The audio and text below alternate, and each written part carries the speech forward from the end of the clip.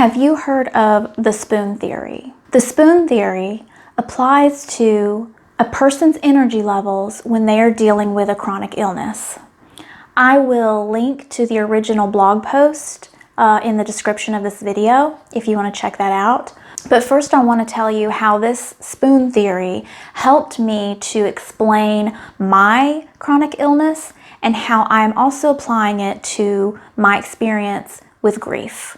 So a few years ago, when I was finally correctly diagnosed with Hashimoto's, which is an autoimmune disorder where the body attacks the thyroid, I stumbled upon this article and it was a light bulb moment for me. With my diagnosis, I had been trying to explain to people, friends and family, why I had limited energy. Healthy people don't seem to understand how anyone can have a limited amount of energy, but using this model helps to explain it in a way that makes it make more sense. So the theory is every day you have a certain number of spoons, and every activity that you do uses one of those spoons. And you can't borrow spoons from tomorrow, and you can't save spoons from yesterday. You have today's number of spoons, and that's all you have.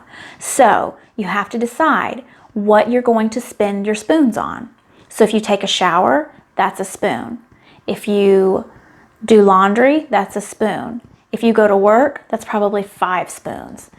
All of these activities that often we can take for granted, or we can assume we're supposed to be able to do all the things, are very limited. And when you use up all of your energy or your spoons, but you keep trying to do more things, you cause your body, which is already in a state of illness and inflammation, to continue to deteriorate. Does that make sense? So I was able to use this model to show other people, like, this is what I deal with day in and day out with my limited energy and the inflammation that my body is creating, and how I'm trying to preserve my energy and allow my body to heal rather than continue to cause it to break down. Of course, when you are saying no to obligations, responsibilities you've carried in the past, when you're saying no to social engagements, when you're saying no to anything that causes people who are used to being able to demand time of you, you're going to get kickback. However, this method of being able to kind of explain what I was really going through with this analogy, it helped me feel more like I was able to make it clearer, whether it made anyone believe that I actually have a chronic illness or not. This is actually another reason that as a health coach, my passion has been to advocate for women who are mistreated and misdiagnosed when they actually are dealing with health issues that have been undiagnosed. Now, after my daughter died, this theory, this spoon theory, has actually continued to apply, even more so.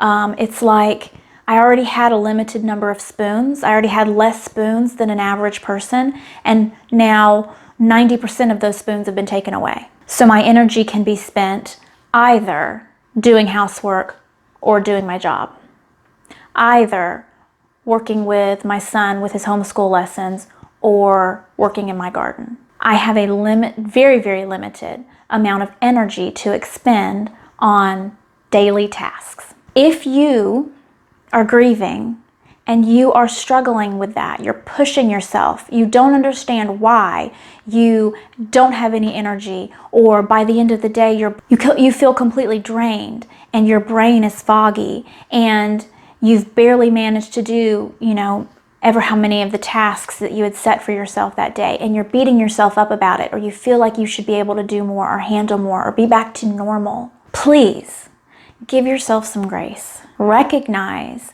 that you have a limited amount of energy. You have a limited number of spoons, and you have to be selective what you spend your spoons on each day.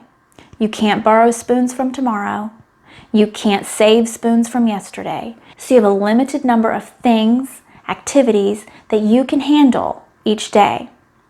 And it even goes further because it's not just activities, it's actually using your brain. So if I want to read a book today, that's going to cost a spoon. Many times we look at something like taking time to read as self-care and as relaxing and as energizing. When you're grieving, that activity might actually be expending energy that you don't have. I hope my ramblings are making sense. I want to support people who are grieving to heal, to focus on your healing, to preserve your energy, and to be able to express to others what we need from them for them to be able to support us, and to be able to figure out who is and isn't supporting you and how you can best work on your healing, because grief is something that we are going to carry with us for the rest of our lives.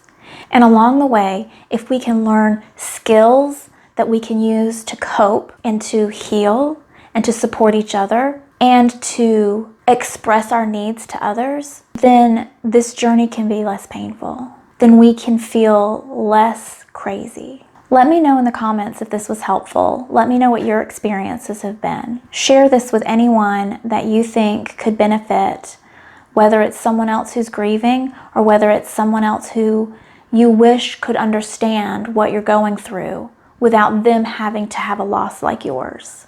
Until next time, take really good care of yourself and protect your energy as you work on your healing and your journey with your grief. Bye, y'all.